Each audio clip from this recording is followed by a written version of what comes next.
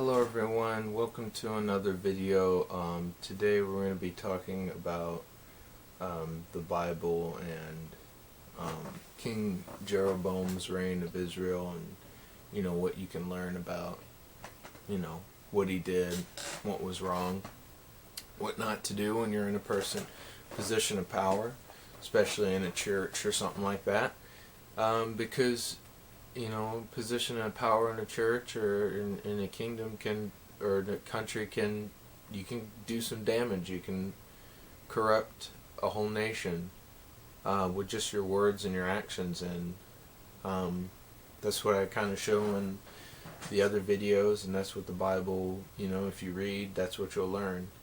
You corrupt yourself, you're corrupting others along with you. So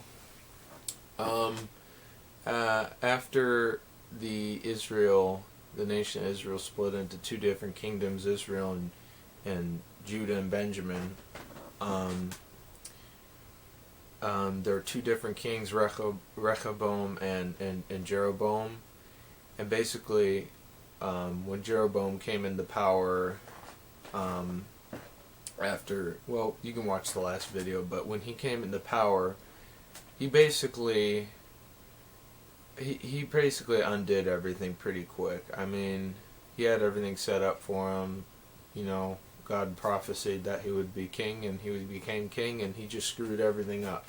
And what he did is he set up two golden calves, and put one in Dan and the other in Bethel. And he would say, "Okay, Israel, these are the gods that brought you up out of Egypt." And he basically made a feast, like a monthly, a certain time of a month for a feast. And the people would just worship the two golden calves. And that's not, and if you know about Moses and when he was on the mountain, the people of Israel did that as well. They worshiped the golden calves. And this is kind of a repeat offense here. So the problem here is it got even worse. There's a tribe in Israel called the Levites, and they were supposed to be the priests and run the whole, kind of like a church almost, like that. And they're supposed to run the whole thing. And instead of Jeroboam anointing priests from the tribe of Levi who knew God and everything, he chose priests from anybody, really, anybody. They just make up stuff, they just made this, they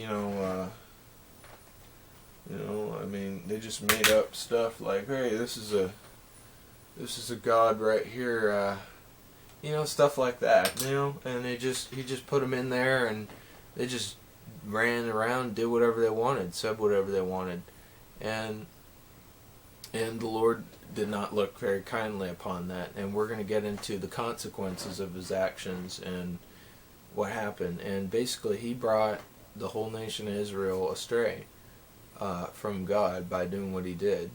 Okay, because the whole church system was all corrupted. You already had the golden calves problem going on. So it was just, it was a bad mess. And basically, at one of the festivals, whatever they did, with Jeroboam in attendance, they were burning sacrifices onto the golden calves. And so basically, God had a prophet that he brought out, and he basically said, a new king in Israel is going to arise, and he's going to be named Hosea. And basically, he said that this is the sign that it will happen.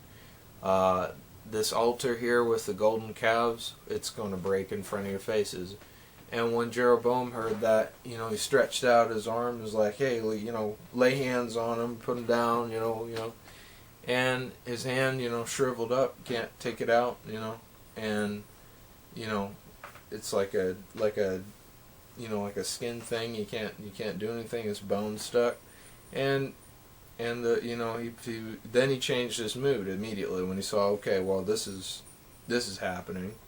So he goes to the prophet and is like, hey, can you undo this here for me? And, obviously it's undone, but he's left with the warning of, you're not, that should have been the sea change moment, you're not doing what the Lord is telling you to do. And that's not what Jeroboam did. And after that point, he continued to corrupt the church. He continued to corrupt Israel, and they continued to worship false gods and images and stuff like that. And it comes down on him because his son becomes sick,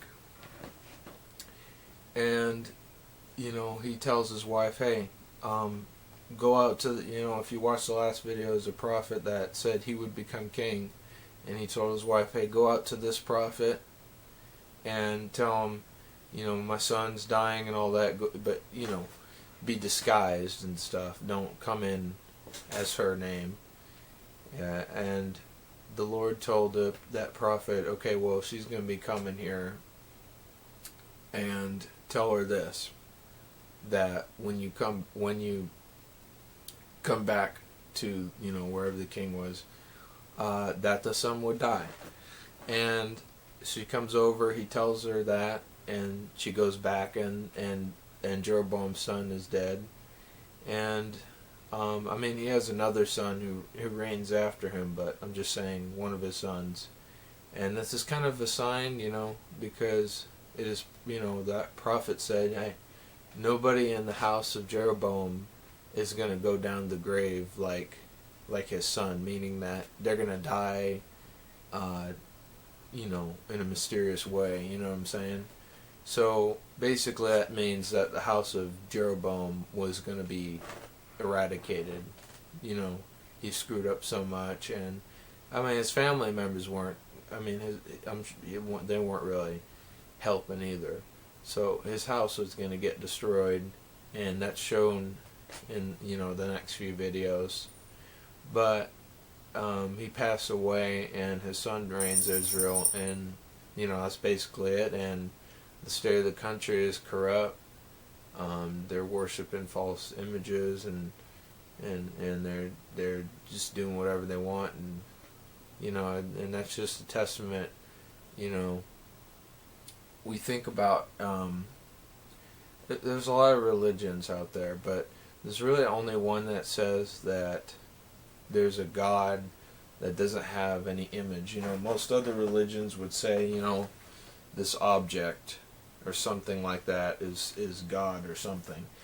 And, the only thing that really opens our senses to, something that's not carnal, something that's not, flesh and bones and blood, and something that's, there's something in every man that is outside of their almost boundaries. And the only thing that really talks about that is the Bible. Now, I'm sure that comes in different, there's the Koran and all that, but I'm just saying, the only thing that really describes it is the Bible. And every other religion just, it's just a bunch of folklore, and, I'm not judging anybody, but, they say to worship an image, like Buddhism, you got this golden guy that sits there and you worship an image, but the Bible says that these are vain things, you should not worship an image. Not to say that, if you like Buddhist artistry, you have Buddhist artistry in your house, as long as you're not like bowing down to it and kissing it and worshiping it. But, it's saying that these are material things, we have these things, that doesn't mean we worship them, like this calculator. I could say that this calculator is a god and worship it, and I'd be doing the wrong thing.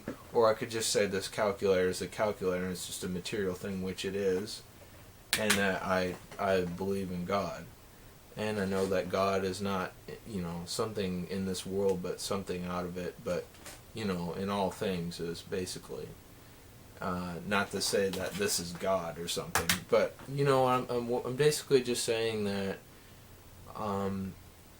if you're just going around and you're just, I don't know, you just don't have any sense of reason or purpose. I mean, the Bible basically, I mean, I've been reading it all my life, but I think it's pretty obvious there's something different about it. And you know, if I thought it was just another, you know, just another silly little New Age thing, then I wouldn't even be talking right now. I wouldn't even be doing the video to put time into it, because there really is a God and an afterlife and everything, and I just don't know. You know, it's crazy that our ancestors and everybody knew about this, and for some reason in recent times we've just moved away from that. So I'm just saying, you know, just give it a read. Stop, you know, worshiping images and all that. I mean, it's not like playing a video game is like you're worshiping a false god. That's not what that means. It means like you have an object and you're bowing down to it, or if you're playing a video game and you're bowing down to it, something like that. That's wrong. That's worshiping a false god, and you can make anything a false god, really. But I'm just saying that you need to read. It's not like everything else. People, it's really not. And I just want to thank you for watching. I just want to say, you know, atheism isn't cool. You know, you should look up countries, what they do, atheist countries, and what they do to people, especially people of faith. They clamp down on them, and they force everyone to be atheist. It's not cool. Socialism is not cool. You know, they kill people, they rape people, they use them for prostitutes. It's not good, and it needs to stop. And the only way to stop it is by having everybody, you know, have faith in God again, like we used to. But for some reason, somehow, and I wouldn't say it's material things. I wouldn't say it's the internet. I just say it's just human nature to worship oneself and things, and it's always been like that. And the only way to counter that is to know that, you know, we were created, and we're not, you know, we're not some supreme being, but, you know, God is supreme being. Anyway, thank you for watching this video. Hopefully you'll read the Bible and believe. I mean, especially in these times. I mean, there's just stuff going on, and I don't know. I'm just saying, all this atheist stuff, it's just not good. These bad movements going on. I'm just trying to do what I can do. But, you know, thank you for watching this video, and God bless you. Goodbye.